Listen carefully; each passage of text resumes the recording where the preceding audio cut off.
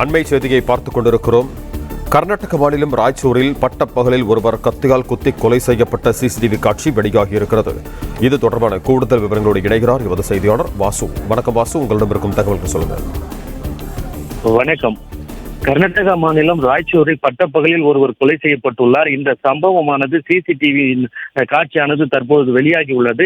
இந்த படங்கள் கர்நாடகாவின் ராய்ச்சூர் மாவட்டத்தின் பங்கிகுந்தா பகுதியைச் சேர்ந்தவை. அங்கு மார்ச் 15 அன்று மாலை 4 மணி அளவில் காதிர் என்ற நபரை 2 பேர் கூர்மையான ஆயுதங்களால் தாக்கினர்.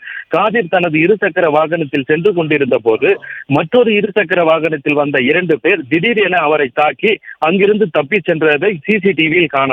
அங்கிருந்தவர்கள் உடனடியாக காதிரை மருத்துவமனைக்கு அழைத்து சென்றனர். ஆனால் அவரை பரிசோதித்த மருத்துவர்கள் அவர் ஏற்கனவே இறந்துவிட்டதாக அறிவித்தனர். போலீஸ் விசாரணையை தொடங்கிய போது குற்றம் சாட்டப்பட்டவர்கள் அன்வர் மற்றும் திம்மப்பா என்பது கண்டுபிடிக்கப்பட்டது. போலீசார் இருவரையும் கைது செய்துள்ளனர். சில நாட்களுக்கு முன்பு அன்வரின் சகோதரர் கலந்தர் காதிருடன் தெலுங்கானா சென்றிருந்ததாகவும் அங்கு காதிர் தாக்கப்பட்டு கலந்தர் இறந்ததாகவும் போலீசார் தெரிவித்தனர்.